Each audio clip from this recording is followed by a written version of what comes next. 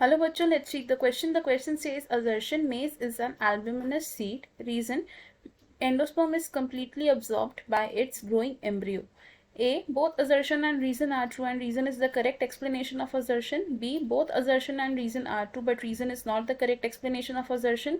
C. Assertion is true but reason is false. D. Assertion is false but reason is true. E. Both assertion and reason are false. तो question में हमें एक assertion दिया है which says कि मेज एक albuminous seed है और इसका रीज़न क्या बताया है कि इसका जो एंडोस्पर्म है वो कम्प्लीटली एब्जॉर्ब हो जाता है बाय ग्रोइंग एम्ब्रियो। तो हमारे पास 5 ऑप्शंस है, हमें इन 5 ऑप्शंस में से एक करेक्ट ऑप्शन को चूज करना है। सो सबसे पहले क्या करेंगे, हम इस क्वेश्चन में की कॉन्सेप्ट को समझेंगे। तो इन दिस क्वेश्चन हमारा की कॉन्सेप्ट क्या है, सीड। अब सीड क्या होता है, सीड होता है मच्योर्ड ओव्यूल, मच्योर्ड ओव्यूल। अब सीड्स को ऑन द बेसिस ऑफ कि उसमें एंडोस्पर्म प्रेजेंट है या नहीं प्रेजेंट है, हम उसको दो कैटेगरीज में क्लासिफाई कर सकते हैं। तो based on the presence of endosperm, जो हमारा सीड है वो दो कैटेगरीज में डिवाइड हो चुका है। वो दो कैटेगरीज कौन सी हैं, एल्ब्यूमिनस सीड्स और non albuminous seeds.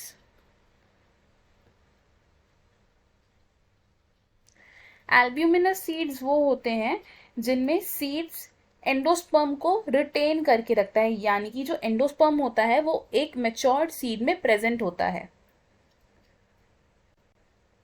Seeds that retain endosperm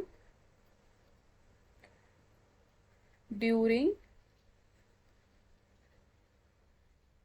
development, इसका मतलब कि एंडोस्पर्म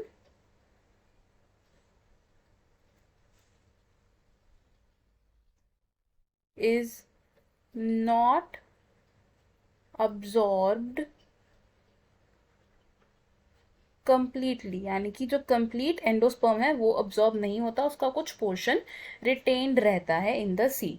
और ऐसे सीड्स का एग्जाम्पल क्या हो सकता है, एग्जाम्पल कैन बी मेज।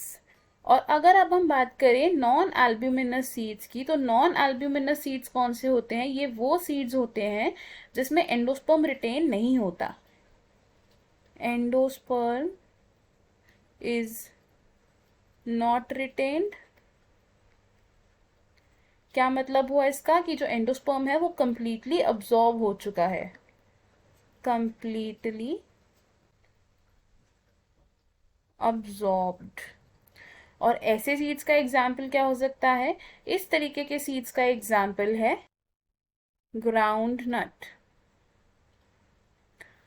तो हमने क्या देखा कि मेज क्या है, एक एल्ब्यूमिनस सीड है। ये एल्ब्यूमिनस सीड क्यों कहा जाता है, क्योंकि इसमें एंडोस्पर्म कंप्लीटली अब्जॉर्ब्ड नहीं है। तो हमें हमारे क्वेश्चन का आंसर भी मिल गया।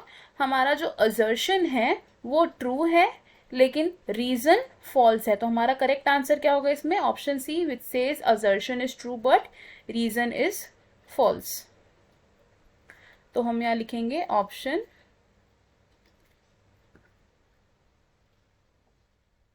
सी इज करेक्ट।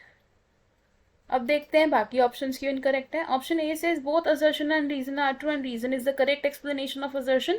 ये ऑप्शन रॉन्ग होगा बिकॉज हमारा जो रीजन है वो फॉल्स है। Option B says both assertion and reason are true and reason is not the correct explanation of assertion. ये ऑप्शन भी रॉन्ग होगा क्योंकि रीजन हमारा फॉल्स है विद रिस्पेक्ट टू मेज। एंड ऑप्शन डी भी रॉन्ग होगा क्योंकि ऑप्शन डी क्या कह रहा है, assertion is false but reason is true, लेकिन असर्शन ट्रू है और रीजन फॉल्स है। Option E says both assertion and reason are false, तो ये ऑप्शन भी रॉन्ग होगा बिकॉज हमारी एक स्टेटमेंट करेक्ट है, वो क्या है, असर्शन, और रीजन मेज के रिस्पेक्ट में फॉल्स है। तो हमारा करेक्ट और फाइनल आंसर क्या होगा, option C. I hope you understood it well. All the best, thank you.